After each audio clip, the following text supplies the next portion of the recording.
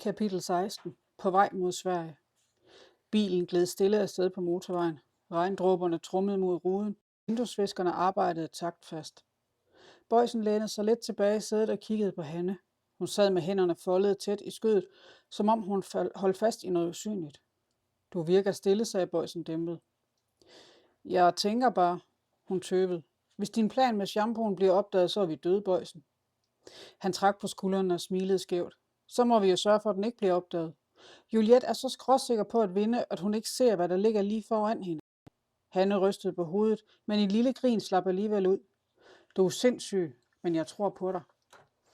Boysen rettede sig lidt op og så ud på de forbipasserende skilte. Kilometer efter kilometer forsvandt bag dem. Hør her, Hanne. Din far er fri nu. Det har jeg sørget for. Næste skridt er dig. Om 48 timer er du også fri, men kun hvis vi holder os til planen. Hun kiggede på ham, men øjnene var blanke. Og hvis vi ikke gør, så ryger vi begge to, det ved du. Der blev stille i bilen et øjeblik. Kun motorens brummende fyldte rummet. Jeg forstår bare ikke, begyndte hun. Hvorfor hjælper du mig? Du kunne have tænkt på dig selv. Boysen vendte blikket mod hende. Alvoren lå tungt i hans øjne. Og når jeg lover noget, så holder jeg det. Også over for dig. Hanne åbnede munden for at svare. Lukkede den igen. Hun nikkede blot stille, og for første gang i lang tid så hun ikke håb, hun så tro. Boysen lænede sig lidt frem, så hans ord kun lige kunne nå Hanne. Vi har én chance. Ikke en stor en, men den findes. Victor tror jeg er knækket. Juliet tror hun allerede har vundet, og der ligger vores fordel. Hanne knep øjnene sammen. Men du provokerer hende hele tiden. Er du ikke bange for, at hun slår til, før vi når at handle? Boysen smilede skævt, men i hans blik lå en alvor. Jo, men hun kan ikke lade være. Hun vil se mig bryde sammen. Hun vil se mig tikke. Og så længe hun venter på det øjeblik, så køber vi tid. Hanne trak vejret dybt, som om hun først nu turde indånde luften i bilen. Du er ikke som de andre. De andre bukker under, men du leger med ilden. Boysen grinede lavt. Ja, men det er mig, der holder tændstikken. Samtidig i huset. Juliet lukkede døren bag sig, stille som en kat. Hendes hænder rystede næsten af forventning, da hun bøjede sig ned og trak gummiet frem under Boysens seng. Så lad os se, hvor klog du egentlig er, Boysen, mumlede hun. Hun løftede det op mod lyset, klemte lidt på det og stivnede. Konsistensen var forkert. Hun åbnede forsigtigt. En skarp, parfumeret duft ramte hendes næse. Shampoo. Hendes blik stivnede, kæben strammede sig. Hun kastede det på gulvet, så væsken sprøjtede ud over tæppet. Det lille svin, hviskede hun, og hendes stemme var iskold. Et øjeblik følte hun en snert af frygt. Boysen havde narret hende, og han havde gjort det på under et døgn. Hun satte sig på sengen og lod neglene køre hen over den, som var den Boysens hals. Du leger snu, Jan Boysen, men du aner ikke, hvem du er imod. Et koldt smil gled over hendes læber. Jeg vinder altid. Altid. Hun rejste sig, øjnene lyste af hævn. Inde i hendes hoved begyndte en ny plan at tage form. En plan, der ikke kun handlede om at knække Boysen, men om at ødelægge alt, hvad han elsker. Kapitel 17. Allingsås. Bilen gled ind på en lille parkeringsplads i udkanten af Allingsås. Solen stod lavt, og byen virkede næsten for fredelig i forhold til den situation, Boysen og Hanne befandt sig i. Hanne rynkede brynene. Det her er ikke Victors plan.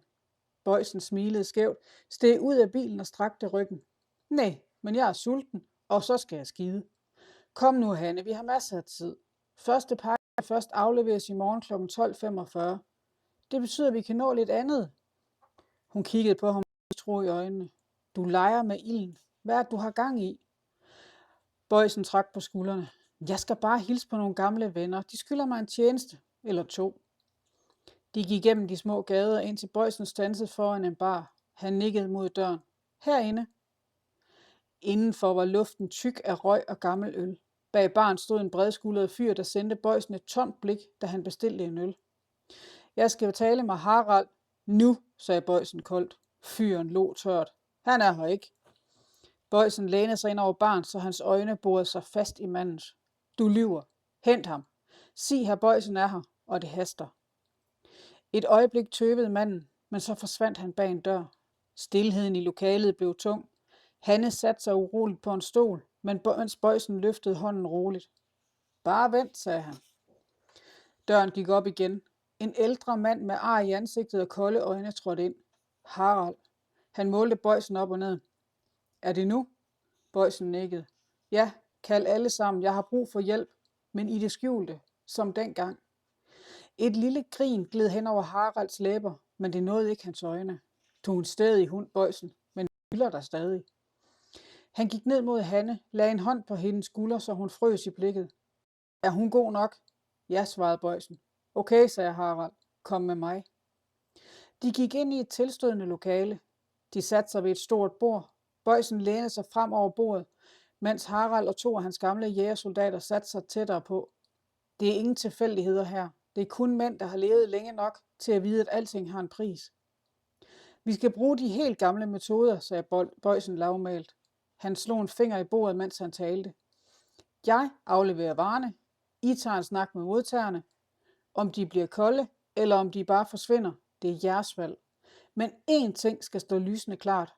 Der må ikke dø flere børn. Ikke en eneste. Nu stopper vi det, der engang var for alle. Haralds blik blev mørkt. Han kiggede kort på de andre mænd. Det lyder som gamle tider, Boysen, som dengang vi kæmpede uden uniformer. Boysen nikkede. Præcis. Og hør her, jeg har 25 pakker. En stor mundfuld denne gang. Jeg ved det. Men vi har mistet nok børn og unge sidst. Nu er det slut. De, der styrer det hele, sidder i København, og dem tager jeg mig af, når tiden er inde. Der blev stille et øjeblik. Man kunne næsten høre ølglassene klirre ude i baren. Hanne stirrede på Boysen, som om hun så ham for første gang. Hendes stemme var lav, men hun skælvede. Hvem er du egentlig? Boysen trak vejret dybt, hans blik fast, men roligt. Jeg er bare Boysen. En mand, der blev efterladt, men aldrig glemte, hvad der var vigtigt. Harald løftede glasset. Øjnene var som stål. Så gør vi det på din måde. Gamle metoder, ingen børn, ingen tilfældigheder. Vi er med dig, Boysen. Hele vejen. Boysen rejste sig halvt fra stolen og lagde begge hænder på bordet og kiggede på hver enkelte af de andre mænd i øjnene. Hans stemme var rolig, men der lå et raseri nedenunder, som ingen kunne tage fejl af. Nu skal I høre godt efter, for der må ikke være nogen tvivl, begyndte han. De pakker, vi taler om, er ikke bare varer. De er død. De er ødelæggende. De dræber børn og unge. Hvert eneste stykke af det lort er lavet til at ødelægge liv. Og det er det, jeg vil stoppe. Forstår I? Der skal aldrig mere dø børn eller unge på grund af sådan noget her. Hanne sad med store øjne. Haralds mænd holdt vejret. Han kiggede på Harald. Derfor skal vi levere pakkerne, som de forventer, men samtidig sørger vi for, at de, der modtager dem, aldrig får chancen for at sende lortet videre. Vi bruger jeres gamle metoder. Effektivt, rent, ingen børn, ingen tilfældigheder. Kun de skyldige. Der blev helt stille. Harald lænede sig tilbage, nikkede langsomt og knugede om sit glas. Boysen, du har altid været en hård hund, men det her, han kiggede på sin mænd, det her gør dig til en af os. Hanne rystede på hovedet, halvt i chok, halvt i beundring. Du er ikke bare Boysen, du er meget mere. Boysen satte sig tungt ned igen, trak vejret dybt og svarede stille. Jeg er bare en mand, der har fået nok. Kapitel 18. Den første pakke på vej. De trådte ud i den kølige svenske luft, men Haralds mænd begyndte at pakke bilen færdig. Solen var stået op over Alingsås, men stemningen var tungere end bly. Hanne gik ved siden af Boysen, til hun plejede, og hendes stemme dirrede, da hun spurgte. Boysen, dør jeg i det her? Han standsede op og så på hende og svarede uden tøven. Nej, du dør ikke. Når den sidste pakke er afleveret, er du fri. Du kommer under Haralds vinger, og din far også. Det er der styr på. Hanne stoppede, mærkede hans blik bore sig ind i hende. Hun var vant til løgne og trusler, men Boysen lød anderledes, ærlig. Hun nikkede stille. Og hvad med dig? Boysen kiggede væk et øjeblik, som om han søgte svarene i de grå skyer over hustagene. Da han vendte sig mod hende igen, var der fugt i øjnene. Jeg dør måske, hvem ved? Han trak på skuldrene, men stemmen knækkede en smule.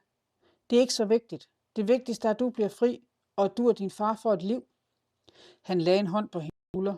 Nu gælder det første pakke. Resten må komme senere. Hanne pressede læberne sammen, men tårerne løb alligevel. Hun greb hans hånd hurtigt, som om hun frygtede, det var sidste gang. Og uden at sige mere, satte de kursen mod bilen, mod vejen, og skæbnen ventede på dem.